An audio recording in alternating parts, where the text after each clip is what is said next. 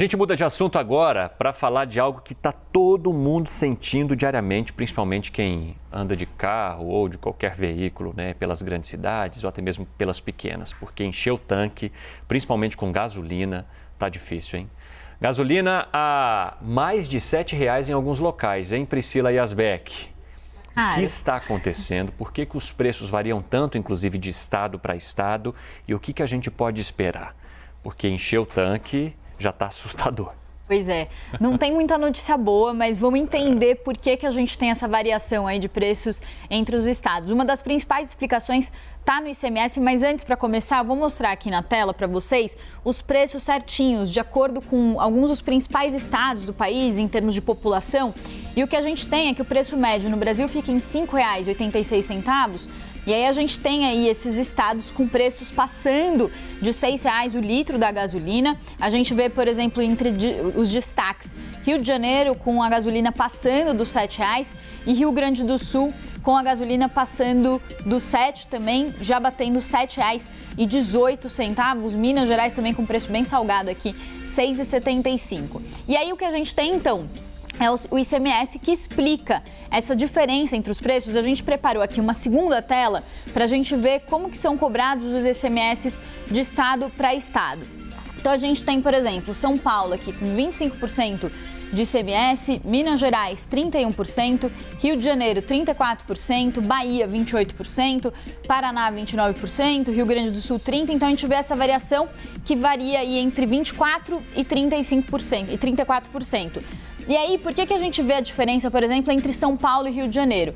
Se a gente olhar aqui, o ICMS de São Paulo está em 25%, já no Rio de Janeiro está em 34%. E por que isso acontece? O Rio de Janeiro tem uma economia mais fraca que São Paulo, não tem uma regra para a cobrança do ICMS, então o Estado joga o imposto lá para cima. Já São Paulo, que conta com outras receitas, além da arrecadação com os tributos cobrados sobre o combustível, já tem um ICMS um pouco mais baixo aí de 25%, por isso o preço da gasolina pesa um pouco menos. E aí eu conversei com o Adriano Pires, que é do Centro Brasileiro de Infraestrutura, e aí ele falou sobre algumas soluções que a gente poderia ter para reduzir o preço da gasolina, inclusive para diminuir essa simetria que a gente vê entre os estados. O primeiro ponto é que ele fala que o ICMS deveria ser cobrado em cima do preço que sai da refinaria. Então, hoje, o percentual é cobrado sobre o valor que os estados mesmos levantam nos postos. Eles fazem uma pesquisa nos postos de gasolina e aí eles dão a média para a ANP e em cima disso é cobrado o ICMS. Isso dá margem para erros, já que os estados têm todo o interesse de oferecer, de colocar para a ANP um preço mais alto para conseguir arrecadar mais com o ICMS. O segundo ponto que ele fala também seria cobrar um ICMS em real por litro em vez de percentual. Isso é defendido, inclusive, pelo governo. O presidente Jair Bolsonaro tem falado bastante sobre isso.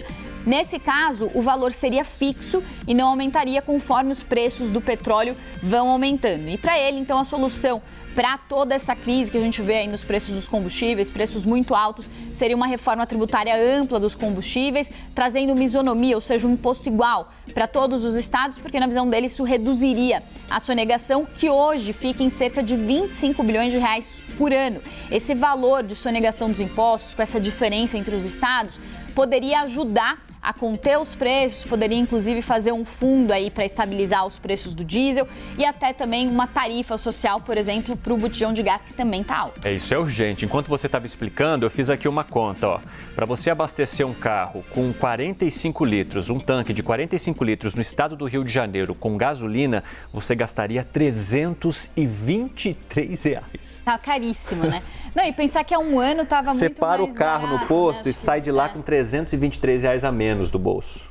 Agora eu fico pensando, deixa eu ir um pouquinho além, Pri, até para a gente, enfim, democratizar essa discussão e entender qual pode ser o impacto disso para quem depende do transporte público. Pois é, acaba afetando, né? Porque o preço dos combustíveis, ele vai... Tanto a gasolina quanto o diesel, eles estão sendo muito afetados, né, por causa do petróleo, né? E por causa do dólar.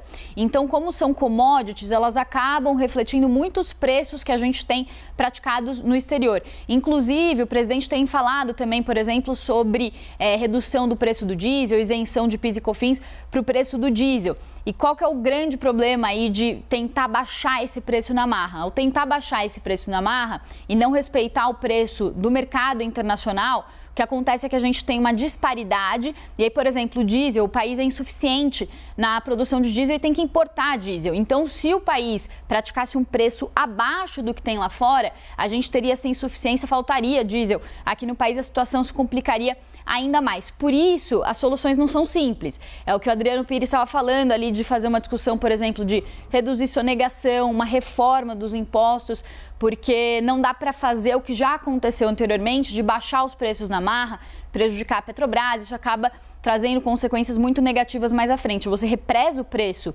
ali num período, só que esse preço estoura em algum momento, né?